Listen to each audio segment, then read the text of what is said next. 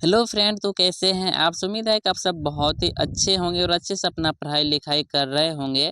तो आज की इस वीडियो में हम देखने वाले हैं क्लास 10 सोशल साइंस के हिस्ट्री का चैप्टर फर्स्ट, जिसका नाम है यूरोप में राष्ट्रवाद का उदय। उससे हम टोटल 30 क्वेश्चन को कवर करने वाले हैं, जो कि सारे के सारे प्रीवियस ईयर क्वेश्चन है। तो वीडियो को शुरू से लेकर लास्ट तक वॉच कीजिएगा, ठीक है। तो चलते हैं हम अपने क्वेश्चन की तरफ। तो हमारा यहाँ पे फर्स्ट नंबर का क्वेश्चन है, इटली एवं जर्मनी वर्तमान में किस महाद्वीप के अंतर्गत आते हैं। 2011 में, 17 में और 24 में क्वेश्चन पूछा गया। इसलिए क्या है इंपॉर्टेंट, यहाँ पे जितना भी क्वेश्चन है 2 से 3 बार क्वेश्चन रिपीटेड है, ठीक है। तो वीडियो को ध्यान से देखिएगा और जो याद नहीं है उसको याद कर लीजिएगा। तो यहाँ पे ऑप्शन आपके पास उत्तरी अमेरिका है, दक्षिणी अमेरिका है, यूरोप है और पश्चिम एशिया है, ठीक है। तो इटली एवं जर्मनी किस महाद्वीप के अंतर्गत आते हैं, तो यूरोप महाद्वीप के अंतर्गत आते हैं। तो ऑप्शन यहाँ पे हमारा सी क्या हो जाएगा, राइट हो जाएगा। क्वेश्चन नंबर 2 हमारे पास, फ्रांस में किस शासन वंश की पुनर्स्थापना वियना कांग्रेस द्वारा की गई थी। तो 2012 में, 18 में और 23 में 3 वर्षों में ये क्वेश्चन भी पूछा गया है। तो हेब्सबर्ग है, उसके बाद अर्लिया वंश है, उसके बाद बुर्बो वंश है, उसके बाद जारशाही। तो बुर्बो राजवंश का पुनर्स्थापना किया गया था किसके द्वारा, तो वियना कांग्रेस के द्वारा। तो ऑप्शन यहाँ पे हमारा से फिर से क्या हो जाएगा, राइट आंसर हो जाएगा। अब हम चलते हैं क्वेश्चन नंबर 3 पे। तो क्वेश्चन नंबर 3 है हमारे पास, मेजनी का संबंध किस संगठन से था। 2013 में, 19 में और 24 में पूछा गया है। लाल सेना से था, कार्बोनारी से था, फिलिप हेटारिया से था या फिर डाइट से था। तो मेजनी का संबंध कार्बोनारी संगठन से था। तो ऑप्शन यहाँ पे हमारा क्या हो जाएगा, बी राइट आंसर हो जाएगा। अब हम चलते हैं क्वेश्चन नंबर 4 पे। क्वेश्चन नंबर 4 है हमारे पास, इटली एवं जर्मनी के एकीकरण के विरुद्ध निम्न में से कौन सा देश था। कौन सा देश है यहाँ पे, तो इंग्लैंड है, रूस है, प्रसा है और ऑस्ट्रिया है। तो कौन था, तो उनके खिलाफ में कौन खड़ा था, तो वो था प्रसा, ठीक है। तो ऑप्शन यहाँ पे हमारा क्या हो जाएगा, सी राइट आंसर हो जाएगा, ठीक है। तो अब हम चलते हैं क्वेश्चन नंबर 5 पे। क्वेश्चन नंबर 5 है हमारे पास, काउंट काबूर को विक्टर इमैनुअल ने किस पद पर नियुक्त किया था। 2014 में, 20 में और 23 में ये क्वेश्चन पूछा गया है। तो यहाँ पे बोल रहा है सेनापति, ऑप्शन ए, ऑप्शन बी है फ्रांस के राजदूत, ऑप्शन सी है प्रधानमंत्री, ऑप्शन डी है गृह मंत्री। तो किस पद पे नियुक्त किया था, तो प्रधानमंत्री के पद पे किसने किया था, तो काउंट काबूर को, ठीक है। किसने किया था, तो विक्टर इमैनुअल ने। तो यहाँ पे हमारा आंसर क्या हो जाएगा, ऑप्शन सी राइट आंसर हो जाएगा यहाँ पे, ठीक है। इसको हम टिक कर लेंगे। अब चलते हैं हम क्वेश्चन नंबर 6 पे। तो क्वेश्चन नंबर 6 है हमारे पास, पहले इसका कलर चेंज कर लेते हैं, सॉरी। ओके, हो गया। तो क्वेश्चन नंबर 6 हमारे पास, गैरीवाल्डी पेशे से क्या था। देखो कितना इंपॉर्टेंट है, 2012 में, 2018 में, 2019 में और 2024 में पूछा गया है। तो गैरीवाल्डी जो है वो पेशे से क्या था, तो वो एक नाविक था। लेकिन यहाँ पे से ऑप्शन भी देख लेते हैं, सिपाही है, जमींदार है, किसान है, नाविक है। तो क्या था, तो पेशे से क्या था, एक नाविक था। तो ऑप्शन यहाँ पे हमारा डी क्या हो जाएगा, राइट आंसर हो जाएगा, ठीक है। अब चलते हैं क्वेश्चन नंबर 7 पे। तो क्वेश्चन नंबर जो 7 है हमारे पास वो है, जर्मन राइन राज्य का निर्माण किसने किया था। लुई 18वां ने किया था, नेपोलियन बोनापार्ट ने किया, नेपोलियन तृतीय ने किया या फिर बिस्मार्क ने किया, ठीक है। तो इसका हमारे पास आंसर क्या हो जाएगा, तो जर्मन राइन राज्य का निर्माण नेपोलियन बोनापार्ट ने किया था, ठीक है। तो ऑप्शन यहाँ पे हमारे पास क्या हो जाएगा, बी राइट आंसर हो जाएगा, ठीक है। यहाँ जो भी क्वेश्चन है सारे के सारे आप देख सकते हैं कितना इंपॉर्टेंट है, और ये भी 2015 में, 21 में और 22 में पूछा गया है। तो वीडियो को शुरू से लेकर लास्ट तक वॉच करना। क्वेश्चन नंबर 8 है हमारे पास, जॉल्वेरिन एक संस्था है, इसको जॉल्वेराइन भी कभी कभी लिख दिया जाता है। तो जॉल्वेरिन क्या है, तो क्रांति किसकी संस्था, एक संस्था है लेकिन किसका संस्था यही पूछ रहा है। तो क्रांतिकारियों का संस्था है, व्यापारियों का संस्था या फिर विद्वानों का या फिर पादरी पादरी सामंतों का। तो जो जॉल्वेराइन है, जॉल्वेरिन तो व्यापारियों का संस्था है, ठीक है। किसका संस्था है, तो व्यापारियों का संस्था है। तो ऑप्शन यहाँ पे हमारा क्या हो जाएगा, बी फिर से राइट आंसर हो जाएगा। अब क्वेश्चन नंबर 9 है हमारे पास, रक्त एवं लौह नीति का अवलंबन किसने किया। तो रक्त एवं लौह नीति का अवलंबन किसने किया, कितना इंपॉर्टेंट है आप यहाँ पे देख सकते हैं, ठीक है। 4 वर्षों में पूछा गया। तो रक्त एवं लौह नीति का अवलंबन बिस्मार्क ने किया था, हिटलर ने किया था, विलियम प्रथम ने किया था या फिर सॉरी मेजनी ने किया है। तो किसने किया है, तो रक्त एवं लौह नीति का अवलंबन किसने किया? बिस्मार्क ने किया है। तो ऑप्शन यहाँ पे हमारा क्या हो जाएगा? सी राइट आंसर हो जाएगा। क्वेश्चन नंबर 10 है हमारे पास। तो क्वेश्चन नंबर 10 है, फ्रैंकफर्ट की संधि कब हुई थी? ये भी क्वेश्चन 3 वर्षों में पूछा गया है। तो फ्रैंकफर्ट की संधि कब हुआ? 1864 में हुआ है, 1870 में हुआ है, 1866 में या फिर 1871 में। तो ये क्या आपके लिए इम्पोर्टेंट है, ठीक है, इम्पोर्टेंट है। फ्रैंकफर्ट की संधि 1871 ईस्वी में हुआ था। तो ऑप्शन यहाँ पे हमारे क्या हो जाएगा? डी राइट आंसर हो जाएगा, ठीक है। तो अब चलते हैं क्वेश्चन नंबर 11 पे, ठीक। क्वेश्चन नंबर 11 है हमारे पास, यूरोप वासियों के लिए किस देश का साहित्य एवं ज्ञान विज्ञान प्रेरणा स्रोत रहा है, ठीक है। तो ये भी 2-3 वर्षों में पूछा गया। तो बोल रहा है जर्मनी है, यूनान है, तुर्की है या फिर इंग्लैंड है। तो हमारा आंसर क्या हो जाएगा? तो ध्यान से सुनिए, ऑप्शन और मतलब क्वेश्चन क्या है, यूरोप वासियों के लिए, किसके लिए? तो यूरोप वासियों के लिए किस देश का साहित्य एवं ज्ञान विज्ञान प्रेरणा स्रोत रहा है? तो इसमें हमारा आंसर क्या हो जाएगा? यूनान हो जाएगा, ठीक है। क्या हो जाएगा? तो यहाँ पे आंसर हमारा यूनान हो जाएगा, यानी कि ऑप्शन बी हमारा यहाँ पे भी क्या हो जाएगा? राइट आंसर हो जाएगा। क्वेश्चन नंबर 12 है हमारे पास, 1829 की एंडालो पुल की संधि किन दो देशों के बीच हुआ था? किसके बीच हुआ था? तो रूस और किसके बीच हुआ था? रूस था और कौन था? तुर्की था। तो यहाँ पे तुर्की ऑप्शन में है लेकिन रूस नहीं है। अगर रूस और तुर्की दोनों देता तो हम यहाँ पे किसको टिक करते? दोनों को टिक करते। लेकिन यहाँ पे रूस नहीं है और सिर्फ तुर्की दिया हुआ है। तो वही बोल रहा है इंडियानोपोल की संधि अगर बोले किन दो देशों के बीच हुआ, तो रूस और तुर्की के बीच हुआ। किसके किसके बीच? रूस और तुर्की के बीच हुआ। लेकिन यहाँ पे रूस नहीं दिया हुआ है, ओनली ऑन क्या है? तुर्की है। तो कभी कभी आपके पास सिर्फ रूस भी दे सकता है। तो इनको भी आपको ध्यान में रखना। अगर दोनों दे दे तो हम दोनों को टिक करेंगे, अगर दोनों में से कोई एक दे देगा तो हम उसको टिक करेंगे। लेकिन यहाँ पे फिलहाल रूस दिया हुआ है नहीं, तो हम किसको टिक करेंगे? तुर्की को, ठीक है। तो ऑप्शन यहाँ पे हमारा ए क्या हो जाएगा? राइट हो जाएगा। क्वेश्चन नंबर 13 को देखते हैं।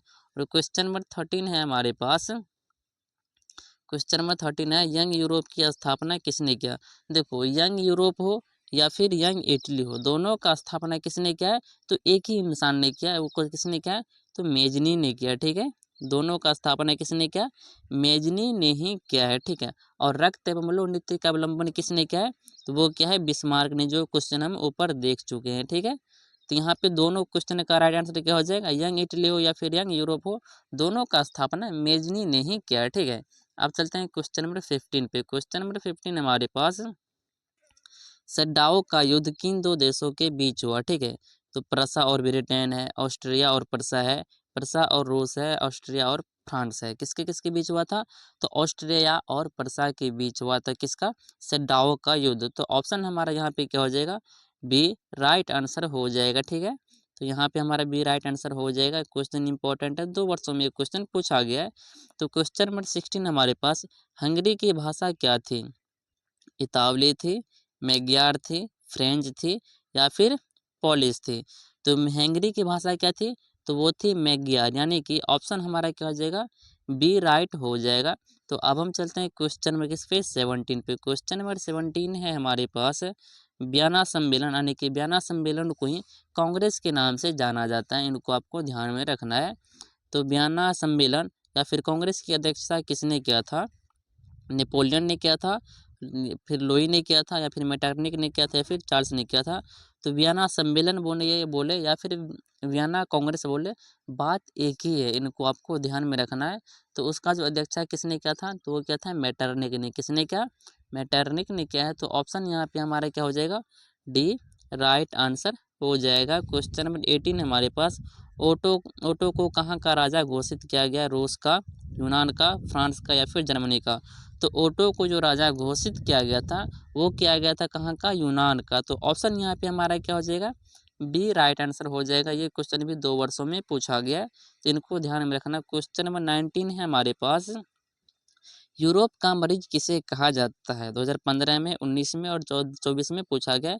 किसको? तुर्की को, इंग्लैंड को, इटली को या फिर फ्रांस को? तो यूरोप का मरीज किन्हें कहा जाता है? इनको आपको ध्यान में रखना है। अच्छा क्वेश्चन है और बहुत बार रिपीट किया गया है। तो यूरोप का मरीज तुर्की को कहा जाता है। तो ऑप्शन यहाँ पे हमारे क्या हो जाएगा? ए राइट आंसर हो जाएगा। क्वेश्चन नंबर 20 हमारे पास, नेपोलियन संहिता किस वर्ष लागू किया गया? और ये भी क्वेश्चन क्या है? भी आई है, ठीक है। ये क्वेश्चन भी आए है। तो नेपोलियन बोनापार्ट के द्वारा लागू किया गया था नेपोलियन संहिता। तो किस वर्ष लागू किया? 1879 में, 1889 में, 1789 में किया गया है, फिर 1791 में किया गया है, 1801 में किया गया या फिर 1804 में। तो नेपोलियन संहिता जो लागू हुआ था वो था 1804 ईस्वी में। तो ऑप्शन यहाँ पे हमारा डी क्या हो जाएगा? राइट आंसर हो जाएगा। क्वेश्चन नंबर 21 है हमारे पास, वियना सम्मेलन यानी कि कांग्रेस कब हुआ था? तो कब हुआ था? तो 1815 ईस्वी में हुआ था। ठीक है, ऑप्शन आप यहाँ पे ढूंढ लीजिए। वियना कांग्रेस कब हुआ था? 1815 है, 1818, 1848, 1800 क्या है 20 है। तो कब हुआ था? तो वियना सम्मेलन 1815 ईस्वी में हुआ था। तो ऑप्शन हमारे पास ए क्या हो जाएगा? राइट हो जाएगा। क्वेश्चन नंबर 22 है हमारे पास, मेटरनिक युग का अंत कब हुआ? तो मेटरनिक युग का अंत कब हुआ था? तो 1848 ईस्वी में हो गया था। ठीक है, तो आप ऑप्शन देख सकते हो। 1815 में क्या हुआ था? तो वियना सम्मेलन हुआ था या फिर वियना कांग्रेस हुआ था। तो ये आंसर तो होगा नहीं, 1848 से आप ढूंढ सकते हो, यानी कि ऑप्शन सी हमारा क्या हो जाएगा यहाँ पे? राइट आंसर हो जाएगा। मेटरनिक युग का अंत कब हुआ? 1848 ईस्वी में हुआ। तो अब चलते हैं क्वेश्चन नंबर 23 पे। 23 का क्वेश्चन है हमारे पास, बिस्मार्क क्या था? कवि था, और ये क्वेश्चन इंपॉर्टेंट है, 3 वर्षों में पूछा गया। उसके बाद संगीतज्ञ था या फिर नाटककार था या फिर कूटनीतिज्ञ था। तो बिस्मार्क क्या था? तो वो कूटनीतिज्ञ था। क्या था? कूटनीतिज्ञ। तो ऑप्शन हमारे पास डी क्या हो जाएगा? राइट आंसर हो जाएगा। क्वेश्चन नंबर 24 है, इटली के एकीकरण का मसीहा किसे कहा जाता है? तो इटली का एकीकरण का जो मसीहा कहा जाता है वो कहा जाता है मेजनी को। और ये क्वेश्चन भी आई है आपके लिए। ठीक है, 2013 में, 18 में और 24 में पूछा गया, और ये इंपॉर्टेंट भी है। तीनों को आपको क्या करना है? ध्यान रखना है। क्या हो जाएगा? मेजनी हो जाएगा। क्वेश्चन नंबर 25 है हमारे पास, फ्रांस की क्रांति का मुख्य कारण क्या था? ठीक है, क्या था? 2012 में, 17 में और 23 में पूछा गया है। तो वहाँ पे क्या था? राजतंत्र शासन था, उसके बाद निरंकुश शासन था, उसके बाद क्या है? गिरफ्तारी पत्र था। तो उसका सबसे बड़ा रीजन पता है क्या था? निरंकुश शासन था। ठीक है, वहाँ पे जो शासन होता था तो अत्याचार बहुत होता था। कहाँ पे? वहाँ के वासियों पे। इसलिए क्या हुआ? तो क्रांति का उदय हुआ। तो क्रांति का प्रमुख रीजन क्या था? निरंकुश शासन। ठीक है, तो ऑप्शन यहाँ पे हमारा क्या हो जाएगा? बी राइट हो जाएगा। क्वेश्चन नंबर 26 है हमारे पास, चार्टिस्ट आंदोलन कहाँ हुआ था? 2015 में और 22 में पूछा गया, और ये भी आपके लिए इंपॉर्टेंट है। 22 में पूछा गया तो हो सकता है 5 साल के बाद यानी कि 2027 में रिपीट कर सकता है। तो कहाँ हुआ था? फ्रांस में हुआ था, हंगरी में हुआ था, ऑस्ट्रिया में हुआ था या फिर इंग्लैंड में। देखिए यहाँ पे ऑस्ट्रिया लिखा हुआ है, इसका मतलब ये नहीं कि ये ऑस्ट्रेलिया होना चाहिए। ऑस्ट्रिया गलती से लिखा गया, ऑस्ट्रेलिया अलग है और ऑस्ट्रिया अलग है। ठीक है, इनको आपको ध्यान में रखना, ऊपर हमको बताना चाहिए पर हम भूल गए हैं। ठीक है, तो ऑस्ट्रिया अलग है और ऑस्ट्रेलिया अलग है। तो चार्टिस्ट आंदोलन जो हुआ था वो था हमारा कहाँ पे? इंग्लैंड में। तो ऑप्शन यहाँ पे हमारा क्या हो जाएगा? डी राइट आंसर हो जाएगा। अब क्वेश्चन नंबर 27 है हमारे पास, यूनान के स्वतंत्रता संग्राम में किसकी पराजय हुई थी? तो यूनान के स्वतंत्रता संग्राम का जो लड़ाई हुआ था उसमें किसका पराजय हुआ था? ठीक है, यहाँ पे है रूस की, उसके बाद तुर्की की, यूनान की या फिर फ्रांस की। तो किसका पराजय हुआ था? तो तुर्की का हुआ था। ठीक है, तो ऑप्शन यहाँ पे हमारा बी राइट हो जाएगा। बाकी ये क्वेश्चन आपके लिए इम्पोर्टेंट है, इसलिए आपको ध्यान में रखना है। ठीक है, इसको अब चलते हैं क्वेश्चन नंबर 28 हमारे पास है, लाल कुर्ती का गठन किसने किया? ठीक है, काउंट काबूर ने किया था, मेजनी ने किया था, गैरिबाल्डी ने किया था, फिर बिस्मार्क ने। तो लाल कुर्ती का गठन किसने किया? तो काउंट काबूर ने किया था। तो ऑप्शन हमारे पास यहाँ पे ए क्या हो जाएगा? राइट आंसर हो जाएगा। ठीक है, क्वेश्चन नंबर 29 है हमारे पास, राष्ट्रवाद की अवधारणा, राष्ट्रवाद की अवधारणा का जन्म किस घटना से माना जाता है? ठीक है, तो पुनर्जागरण से माना जाता है। कब से? जब से पुनर्जागरण का घटना हुआ तब से राष्ट्रवाद की अवधारणा का जन्म हुआ, ऐसा माना जाता है। और ये भी 2 वर्षों में पूछा गया, 2012 में और 21 में, और बहुत सारे गैप इसमें। तो हो सकता है आपके 27 के बोर्ड एग्जाम के लिए इम्पोर्टेंट साबित हो सकता है। तो यहाँ पर जितना भी ऑब्जेक्टिव है सभी को ध्यान में रखना है। तो क्वेश्चन हमारा 30 जो है बोल रहा है, एक्ट ऑफ यूनियन किस वर्ष पारित हुआ? 2 वर्षों में ये क्वेश्चन भी पूछा गया, 2013 में और 24 में, इसलिए आपके लिए क्या है? ये इंपॉर्टेंट है। तो ऑप्शन आपके पास 1688 में, 1707 में, 1807 में या फिर 1788 में। तो एक्ट ऑफ यूनियन किस वर्ष पारित हुआ? तो वो 1688 में हुआ था, लेकिन 88 यहाँ पे 2 जगह है, 1700 में भी और 1600 में भी, तो आपको याद रखना 1688। तो ऑप्शन यहाँ पे आपका क्या हो जाएगा, ए राइट आंसर हो जाएगा। ठीक है, तो इसमें हम टोटल कितना क्वेश्चन किए हैं, 30 क्वेश्चन किए हैं, जो कि सारे के सारे क्या क्वेश्चन थे, प्रीवियस ईयर, और आगे में आपके पास ईयर भी लिखा हुआ था। आप देख सकते हैं कि कब क्वेश्चन पूछा भी गया है। तो हम इस वीडियो मतलब इस चैनल पे सारे के सारे इंपॉर्टेंट ऑब्जेक्टिव और सब्जेक्टिव कराते ही रहते हैं। यदि ऐसे वीडियो आप देखना चाहते हो तो चैनल को सब्सक्राइब कर लीजिएगा, दोस्तों में शेयर कर लीजिएगा। बाकी वीडियो आपको अच्छा लगा तो वीडियो को लाइक करके एक प्यारा सा कमेंट कीजिएगा। बाकी कितना क्वेश्चन आप सही किए और कितना क्वेश्चन गलत किए आप कमेंट में बता सकते हैं।